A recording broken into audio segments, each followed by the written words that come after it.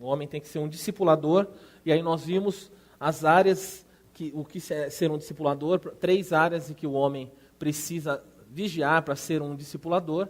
Ele precisa ser um discipulador paciente. Aqui vimos Jesus, esses 3 exemplos aqui estão na pessoa de Jesus, que foi o maior discipulador que existiu. Ele era paciente, ele era perseverante, ele era perdoador. Se você não tem alguma dessas características, dificilmente você vai discipular. Porque para discipular alguém precisa ter muita paciência. O discípulo, normalmente, ele sabe menos do que o mestre. Não é que, eventualmente, o discípulo ensina também. No caso do Senhor Jesus, não. Mas você esteja aberto a aprender com os seus discípulos. O que é discipular? Discipular é tomar a decisão de andar ao lado de alguém. Pode ser a sua esposa, pode ser um amigo do trabalho, pode ser os filhos. Você precisa formar nas pessoas a imagem do Senhor. A imagem de Cristo é seu trabalho. Olhe para a vida das pessoas e fale assim, olha, essa pessoa precisa melhorar nessa área. Agora, não seja um hipócrita que queira moldar na vida da pessoa uma coisa que você não tem na sua. Ok? Então você pode ser um discipulador tem que ser exemplo. Por que Jesus chamou os discípulos para andar com ele, ao invés de dar um curso para os discípulos de 3 meses? Porque Jesus queria que os discípulos observassem na sua própria vida. Então eles viam Jesus, por exemplo, rapidamente aqui para retomarmos o fio da meada, Jesus discipulava os seus discípulos a respeito de oração. Você lembra de algum exemplo de como Jesus dava exemplo sobre oração para os seus discípulos? Não só discurso, ele falava, vocês têm que orar. Mas como ele dava exemplo? Ele se levantava cedo, os discípulos acordavam, cadê Jesus? Foi orar. Os discípulos todos aprendiam, olha, ele foi dormir tarde, ontem estava cansado, mesmo assim ele se levantou cedo para orar. E com isso os seus discípulos aprendiam, estavam sendo discipulados. Está lá em Marcos capítulo 1, de 32 a 39, se você quiser ler sobre isso. Jesus dava exemplo, vira e mexe, ele chamava Pedro, Tiago e João, falava, vamos orar comigo. Ele subia no lugar e ia orar. Ele estava discipulando os discípulos a respeito de oração. É assim que você faz, você fala e você mostra. Então, o grande problema dos homens na modernidade é que os homens estão bons no falar, mas não estão bons no mostrar. E isso é terrível, porque as pessoas olham para você e percebem falsidade, percebem rapidamente. Tem que ser perseverante, não muda da noite por dia o trabalho que você faz. Discipular alguém vai anos. Se Jesus, que era Jesus, muito bom, hein? Melhor discipulador, demorou 3 anos para discipular o pessoal. E ainda teve que mandar Deus e o Espírito Santo para continuar a tarefa. Quanto tempo você acha que vai discipular alguém? Deus te dá um bebezinho, põe em casa e fala, discipula. Aí você já perde a paciência. A criança fala, essa criança não tem jeito, é ovelha negra, e não sei o quê. Tem que ter paciência, gente. Tem que ter paciência. Quer ter paciência? O que você faz para ter mais paciência?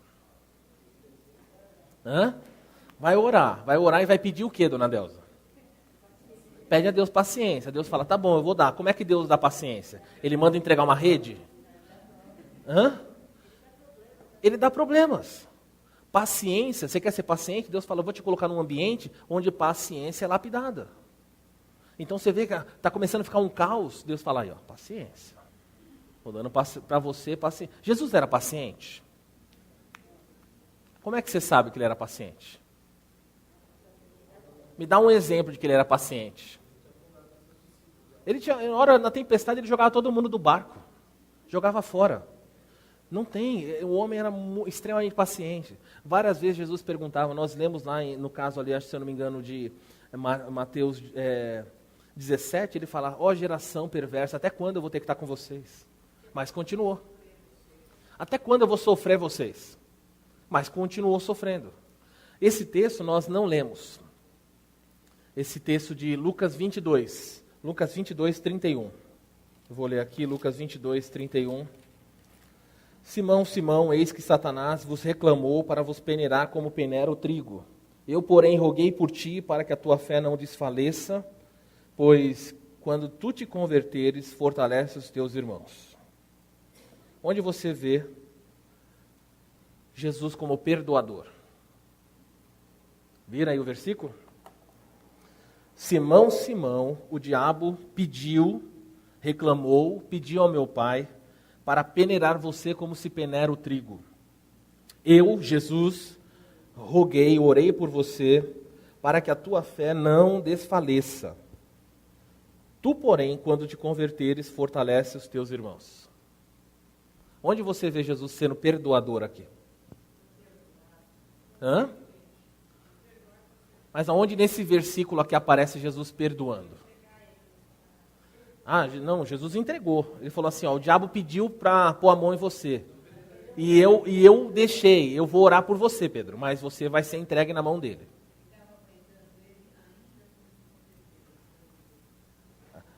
Não sei se você está falando a respeito de conversão, quando ele fala de quando te converteres, mãe, ele está falando mais assim, quando você se arrepender do que você vai fazer, ou seja, vou resumir para vocês.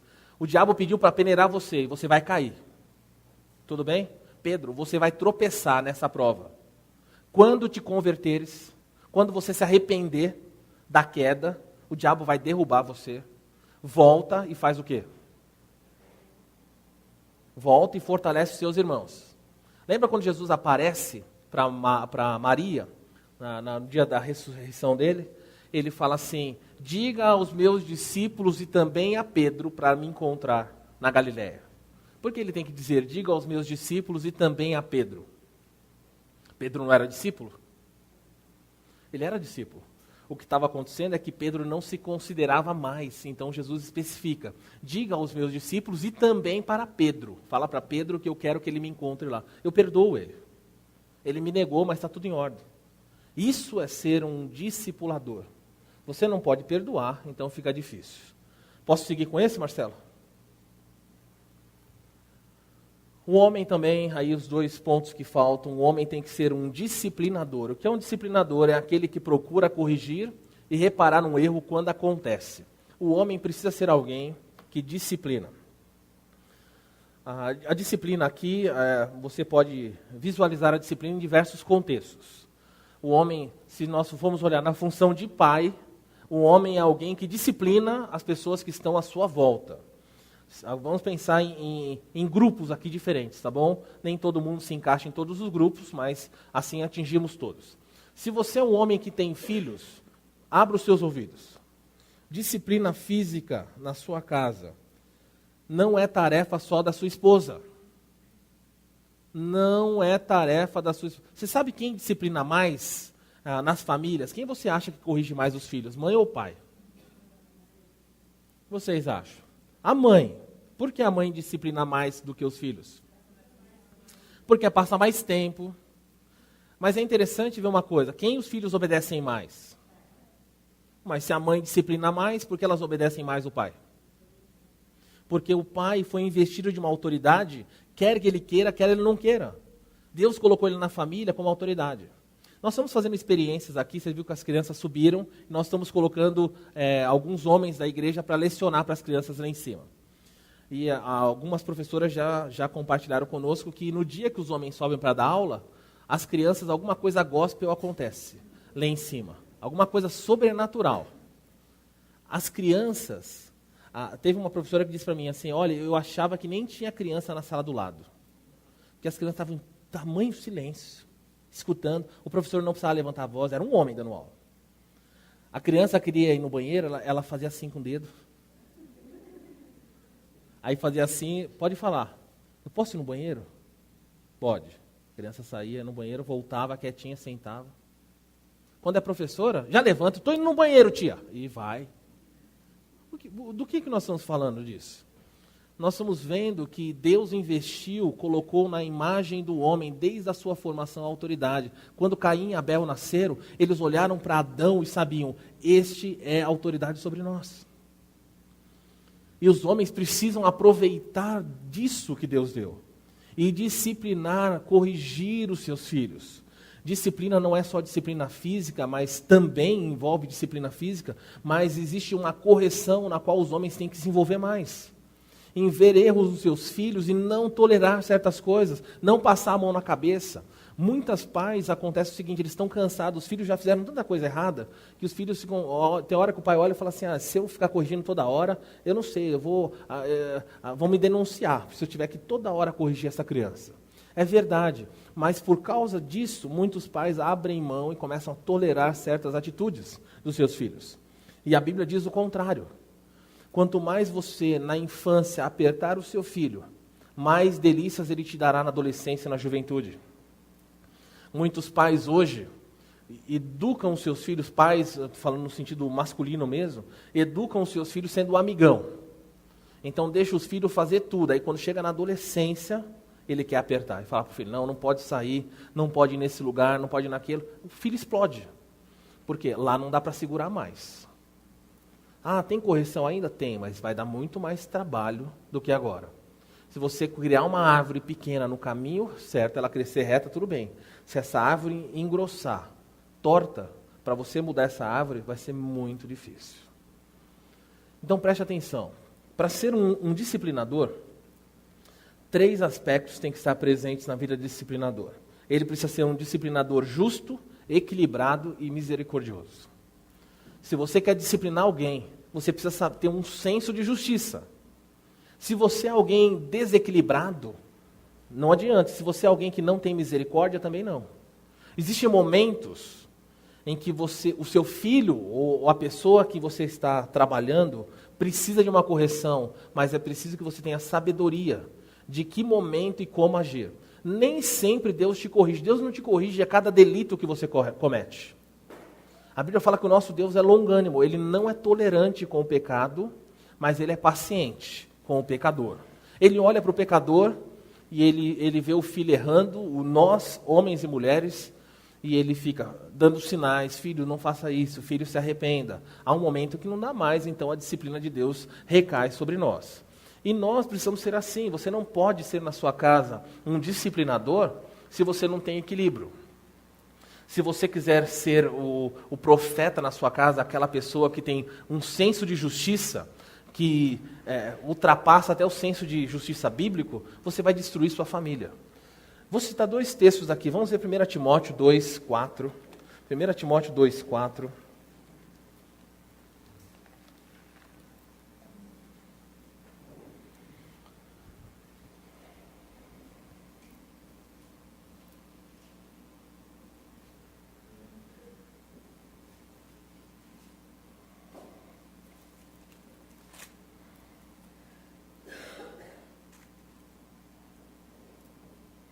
Acharam aí? Deixa eu ver se está certo esse texto aqui. Tá?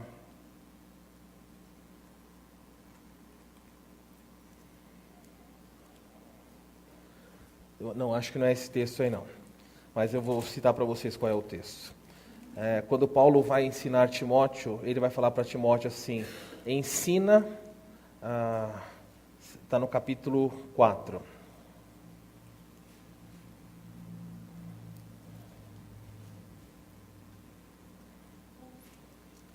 Versículo 11, ele vai falar assim, ordena e ensina estas coisas, as quais Paulo mandou Timóteo praticar, e ele vai dizer para Timóteo assim, até a minha chegada, versículo 13 agora, até a minha chegada, aplica-te à leitura, olha a palavra que vem agora, a exortação, pode ser traduzido por disciplina, e ao ensino. Timóteo, é seu dever, até que eu chegue até aí, na igreja, que você como homem, isso aqui é uma orientação pastoral, que tem aplicabilidade direta para a vida do homem. Até que eu chegue aí, Paulo diz assim, você deve insistir na leitura, na exortação e no ensino. Isso é papel do homem. O homem precisa ser na sua família alguém que aplica-se no ensino, alguém que aplica-se na exortação e alguém que se aplica na leitura da palavra de Deus. Um disciplinador precisa ser justo, precisa conhecer a lei. Um juiz, para aplicar disciplina, ele precisa ser conhecedor da lei. Como ele se torna conhecedor da lei? Através da leitura. Homens, escutem o que eu vou dizer. Tornem-se leitores da palavra. Leiam mais a Bíblia. É preciso que vocês leiam mais a Bíblia. Não sejam negligentes com a tarefa da leitura bíblica. Não deixe. Pastor, então quer dizer que eu tenho que ler a Bíblia todos os dias? Seria o ideal. Mas eu sei que é difícil, eu sei que muitas vezes a correria do dia faz com que a gente perca essa oportunidade. Mas uma coisa tem que ficar claro. Você precisa ser um conhecedor da Escritura. Para isso você precisa ler. na sua casa, ninguém pode superar você na leitura bíblica. Vou repetir. Na sua família, esposa e filhos, ninguém pode superar você na leitura bíblica. Ah, mas sou solteiro. Então, na sua casa, você que é filho homem, só seu pai pode superar você na leitura. Ok?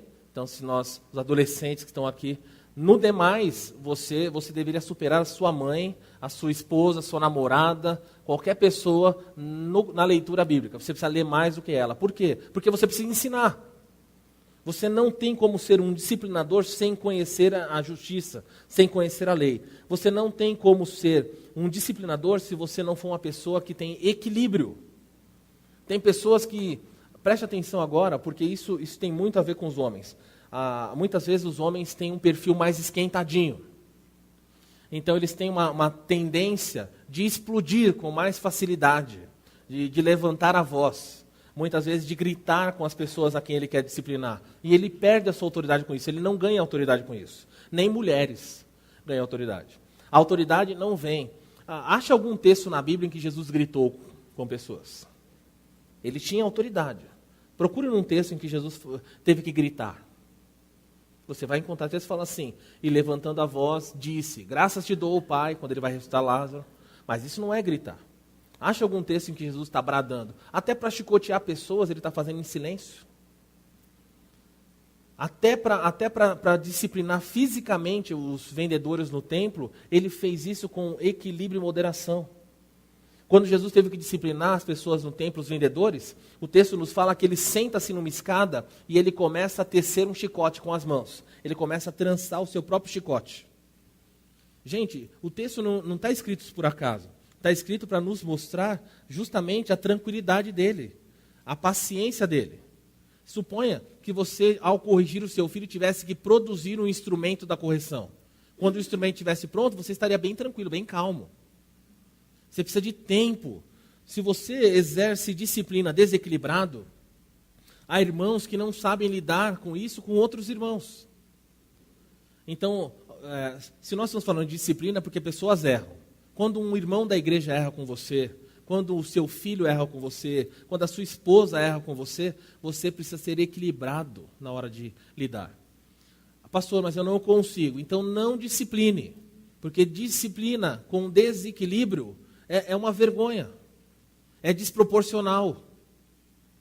Então se você vai falar com um irmão que errou com você, se você vai falar com uma irmã que errou com você, e você tem que levantar a sua voz, você perdeu o senso de equilíbrio. Olha, Jesus deu muitas duras em pessoas, mas chamava as pessoas no pé de ouvido e falava, querido, você falhou. Pedro, você está errado. Tiago, não é assim. Ele ensinava. Então não há desculpa para uma pessoa descontrolada. A Bíblia fala que o fruto do Espírito é domínio próprio. Então quanto mais Deus domina a sua vida, mais equilibrado você é. Se você anda gritando com pessoas, isso é sinal de que Deus não está controlando a sua vida. Se você grita na sua casa com seus filhos, isso é sinal de que Deus não está controlando a sua vida. Isso é uma evidência notória.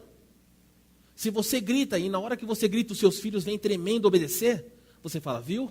O que é a voz de homem? Você está perdido. Está totalmente desorientado. Os seus filhos não estão tendo temor de você, eles estão tendo temor no sentido de reverência, eles estão tendo medo. E esse medo vai passar quando eles crescerem e ficarem do seu tamanho. Eles não vão mais obedecer à sua voz. Obediência requerida, no caso da disciplina de alguém que é equilibrado, ela é falada num tom equilibrado de voz. Chame a pessoa que você tem que disciplinar. E converse com essa pessoa em amor. Às vezes, palavras ditas com mansidão são golpes mais severos do que palavras gritadas. São palavras colocadas no lugar certo, com equilíbrio. Falar, irmão, você falhou. Eu vim aqui, fiquei triste com o que você fez. Olha, somos amigos, nós somos parentes, somos irmãos de fé, mas isso está errado, precisa ser mudado. São palavras com equilíbrio. Então não use nunca justificativa. Para ser um disciplinador, você não precisa ser desequilibrado. Quem é desequilibrado está fora do controle de Deus. E misericordioso, para ser um disciplinador, é preciso que a pessoa também seja uma pessoa de misericórdia. Porque se as pessoas errarem com você e vão errar, e você não sabe exercer misericórdia, não vão exercer misericórdia com você também. Eu vou falar uma coisa aqui, eu tenho medo de as pessoas entenderem errado. Existem problemas de outras pessoas na igreja, de pessoas na sua família, que você precisa relevar. Você precisa passar por cima desses problemas. Existem problemas aos quais você não deve tratar naquele momento. Agora, se esse problema existe uma reincidência dele, obrigatoriamente você vai ter que tratar. Eu vou dar um exemplo para vocês. Quando Jesus estava conversando com seus discípulos, os discípulos disseram uma coisa interessante para ele. Ele fala para o jovem rico, vai, vende tudo que você tem e vem me seguir, eu vou te dar um tesouro. Vai, dá tudo aos pobres, vem e segue-me, você terá um tesouro no céu. E o homem vai embora triste porque era dono de muita riqueza e não quer abrir mão de tudo isso. Então Jesus fala, quão difícil é para alguém que ama a riqueza entrar nos céus. É mais fácil um camelo, um animal mesmo, passar pelo fundo de uma agulha, do que um rico entrar nos céus. E aí os discípulos se apavoram e falam, Senhor, então é impossível. É impossível. Olha, um camelo passar pelo fundo de uma agulha é algo impossível. Aí Jesus diz o seguinte, o que é impossível para vocês é possível para Deus. Então salvar mesmo pessoas que têm esse apego à riqueza, tem que ser a atuação de Deus. Mas uma coisa interessante é que assim que ele acaba de falar isso, Pedro, normalmente é ele, verbaliza uma coisa, no mínimo desequilibrada. Sabe o que ele diz para Jesus? Ele diz o seguinte, Senhor, esse homem não quis deixar as riquezas para te seguir, mas nós deixamos tudo. Nós deixamos tudo para te seguir. Pedro deixou tudo para seguir Jesus? Vocês acham? Pode falar o que vocês acham. Pedro está dando uma valorizada nele. Por exemplo, Pedro não deixou familiares. Pedro, quando você lê Marcos 1, e o texto fala que Jesus entrou na casa de Pedro e curou a sogra de Pedro. O que isso te ensina sobre Pedro? O que Pedro não deixou? Pedro não deixou família. Que grau de parentesco ele não deixou? Ele não deixou esposa. Ele estava lá. Paulo depois até vai dizer, será que só eu e Barnabé não podemos ser acompanhados por esposa? Porque Pedro era. Mas Pedro vem e dá uma valorizada e fala, Senhor, nós abrimos mão de tudo para ti. Olha, não ficou nada, nós deixamos tudo para trás. Jesus não corrige essa fala de Pedro. Por quê? Porque se Jesus for corrigir toda a bobagem que Pedro falou, gente, presta atenção, se Jesus tivesse que corrigir toda a bobagem que o apóstolo Pedro falou, nós teríamos que ter um livro sobre as correções de Jesus a Pedro. Abra nas correções de Jesus. E uma lista. Pedro falava coisa e Jesus falava, deixa. E ia embora. E não parava. Ele sabia que o que o Pedro falou não era verdade e não corrigiu. Por quê? Porque Jesus, ele gosta de conviver com o pecado? Não. Ele falou, isso aqui é uma tolice que vai passar. Eu não posso tomar tempo do meu ministério para ficar corrigindo todo o que é tolice. Então aprenda isso na prática. Você precisa ser misericordioso com as pessoas que tropeçam. A pessoa errou, você pode relevar? Releve. Passe por cima disso. É nesse sentido que a Bíblia fala que o amor cobre uma multidão de pecados. Não é que ele apaga pecados, é que o amor é capaz de superar um grande número de pecados, de erros, de equívocos. Então, não seja alguém cri-cri no ponto de vista de que a cada pingo fora eu vou pegar. Vai ser insuportável estar com você. A pessoa fala uma coisa, está errado, eu sabia. A pessoa fala outra coisa, de novo, errou de novo. Quem que aguenta isso? Vai ter horas que você tem que ouvir e falar, essa pessoa está errada. Orar por ela e falar, Senhor, dá-me uma oportunidade de eu corrigir. Às vezes isso acontece no contexto de igreja, sabia? Eu não chamo pessoas, quando eu preciso conversar, aconselhar pessoas, a cada erro que as pessoas cometem. Porque às vezes a pessoa tropeça aqui, logo ela se arrepende e muda. Nem precisou de uma orientação pastoral. Mas se eu vejo aquele desvio está perdurando, então eu falo, olha, preciso intervir para que esse desvio mude, para que essa conduta mude. É assim que você precisa lidar no contexto, homens, das pessoas com que você lida na igreja. Outros irmãos, outras irmãs, filhos e assim por diante. Todo mundo precisa da sua misericórdia. Se você não for misericordioso, dificilmente você vai ser um disciplinador. Tudo bem, eu não vou abrir para perguntas. Se fosse uma aula de domingo de manhã, eu ia abrir aqui, porque eu acho que aqui tem bastante coisa que os irmãos praticam, tá bom? Seja justo, conheça a lei, seja equilibrado, nada de gritaria, nada de perder o controle. E por fim, seja misericordioso. Releve os erros das pessoas. Só se esse erro perdurar e você vai lá e trabalha, tá bom? Fora isso, caminhe um pouco mais, espere um pouco mais. Não seja tão rigoroso assim. Por fim, um homem de Deus, além de ser um discipulador, ele é um disciplinador. E só para combinar com D ali, ficar numa tentativa de memorização mais fácil, o homem precisa ser um devoto. Eu não tinha um devotador, não dava para conciliar essa palavra. Então, se você tiver uma sugestão, depois você passa para mim. O homem de Deus precisa ser alguém devotado. A devoção, em que sentido? É aquele que procura desenvolver um relacionamento íntimo com Deus. Então, além de buscar discipular pessoas, disciplinar pessoas, ele volta-se para si mesmo e fala assim, eu e Deus. Como é o seu relacionamento com Deus? Como é a sua devoção com Deus? Olha, você precisa desenvolver mais isso. Hoje nós temos muitos recursos para isso. Você tem celular que tem música, você tem celular que tem mensagem. Você pode colocar coisas e ocupar a sua mente com edificação bíblica. Você está viajando, coloque músicas que você possa cantar.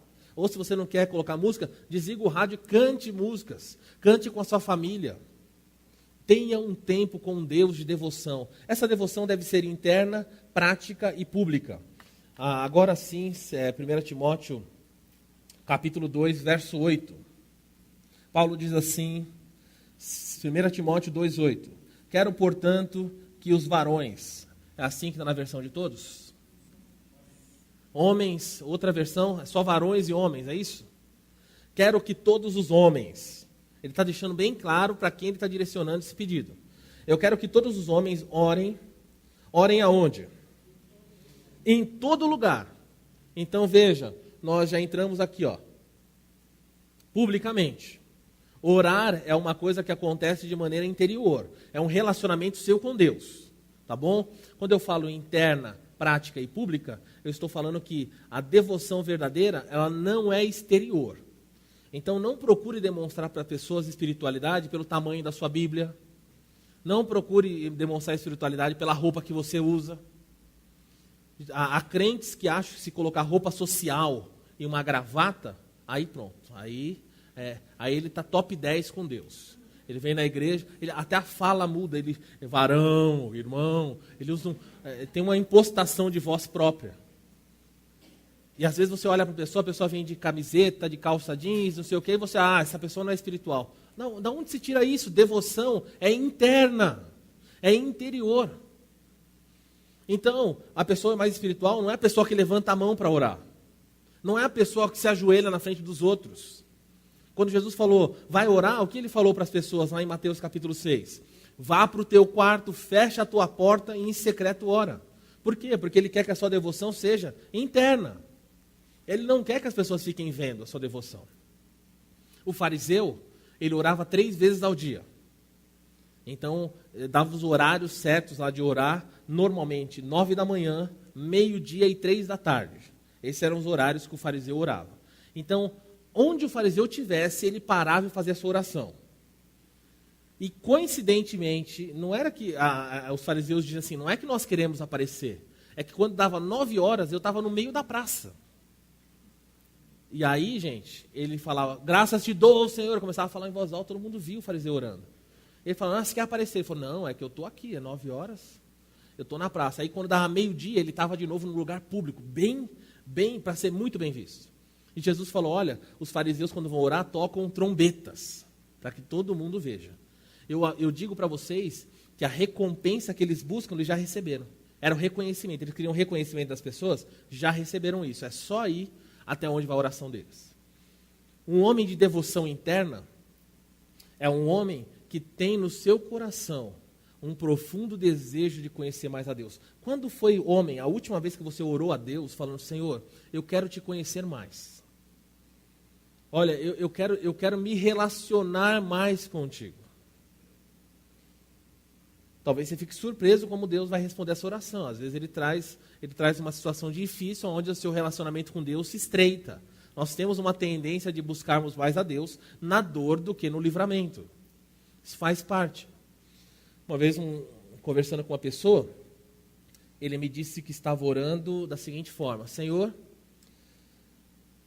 eu gostaria de ser uma pessoa que tivesse um relacionamento mais profundo contigo.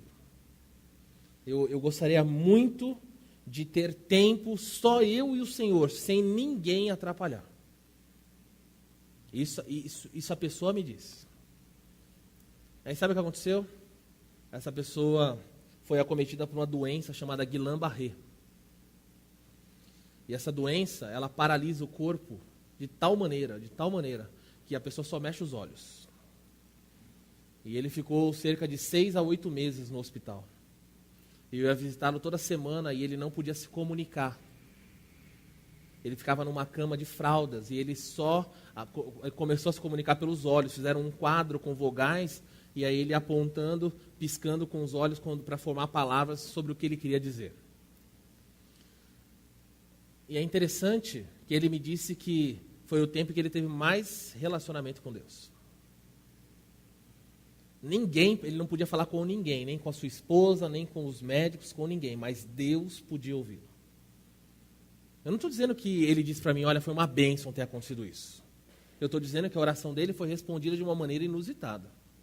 No mínimo, inusitada. Hoje ele está bem. Essa fase passou. Ele se recuperou, tem saúde de novo, mas ele passou pelo menos 8 meses numa situação onde o relacionamento dele com Deus foi aprimorado. Não sei se você tem coragem de pedir para Deus, Senhor, eu gostaria muito de ter um relacionamento mais próximo. Eu tenho andado distante. Senhor, eu estou me importando tanto com o dinheiro que eu tenho na conta bancária, com o carro que eu tenho.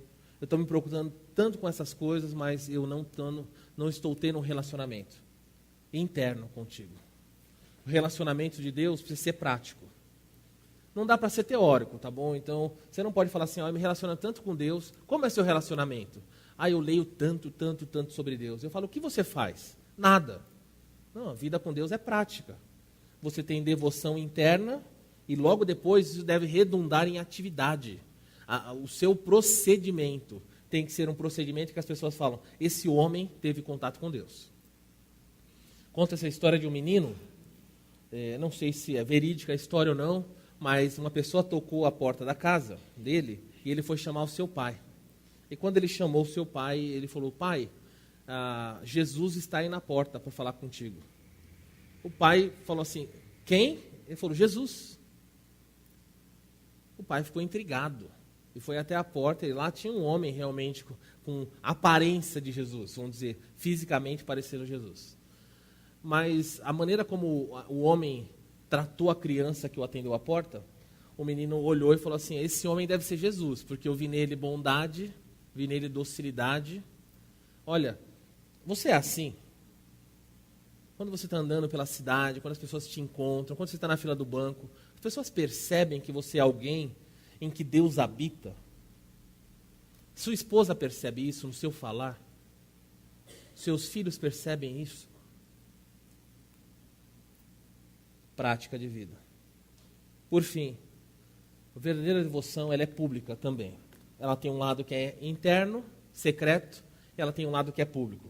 Olha o verso 8. Quero, pois, que todos os homens orem em todos os lugares, levantando mãos santas. Mãos santas, aí era o contexto do judeu de orar com mãos levantadas, que muitas igrejas fazem isso e não entendem qual é o contexto. O judeu, quando levantava a palma da mão para Deus, ele estava dizendo para Deus o seguinte, Senhor, eu sou alguém, me considero um inocente, olha, as minhas mãos estão limpas. E com isso ele estava dizendo para Deus assim, a minha vida, olha, não é que ele era perfeito, mas estava falando assim, eu não sou alguém que tenho algo a esconder de ti. Olha, eu estou em ordem. Olha para a minha vida, olha, eu estou limpo diante de ti. E aí Paulo fala assim, orem com mãos levantadas, levantando mãos em todos os lugares. Do que ele está falando? Orem com a disposição de dizer para Deus, Senhor, pode avaliar a minha vida. Eu sou alguém que sou pecador, mas tenho andado em integridade. É assim que os homens devem orar. Senhor, avalia a minha vida do ponto de vista da integridade. E a prática pública também tem a ver com orem sem ira e sem animosidade. Que outra versão nós temos aqui? Sem ira e sem animosidade. Sem ira, sem discussões. Por que eles pedem isso para os homens? Para as mulheres ele vai pedir outra coisa. Para os homens ele fala assim, olha, orem sem ira e sem discussão. Porque os homens têm essa tendência, como nós já falamos ali acima do equilíbrio, de serem mais explosivos. Então, se você quer ter uma adoração pública, é preciso que você tenha uma prática coerente. Se as pessoas do seu trabalho viessem a essa igreja, se os seus parentes viessem a essa igreja e olhassem você adorando a Deus, eles seriam impactados, eles iam zombar de você dizendo que você é hipócrita. É isso aqui que tem a ver com adoração pública.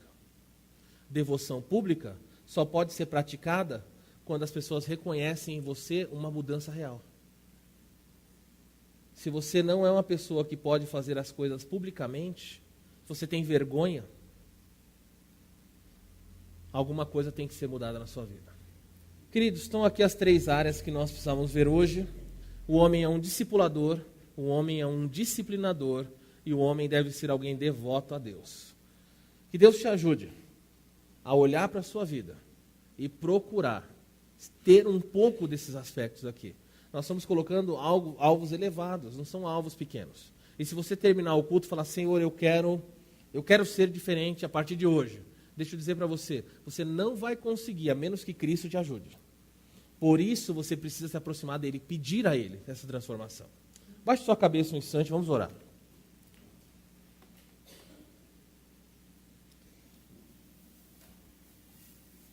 Vou dar para você alguns instantes para que você ore.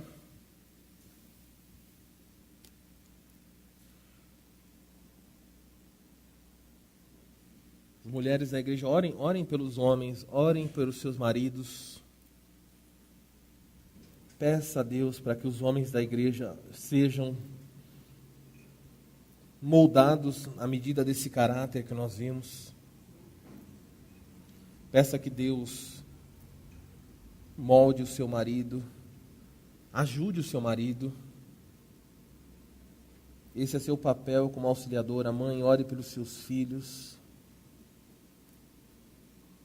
Filhos, orem pelos seus pais. Quantas famílias estão sofrendo porque os homens não estão assumindo o papel que deveriam assumir.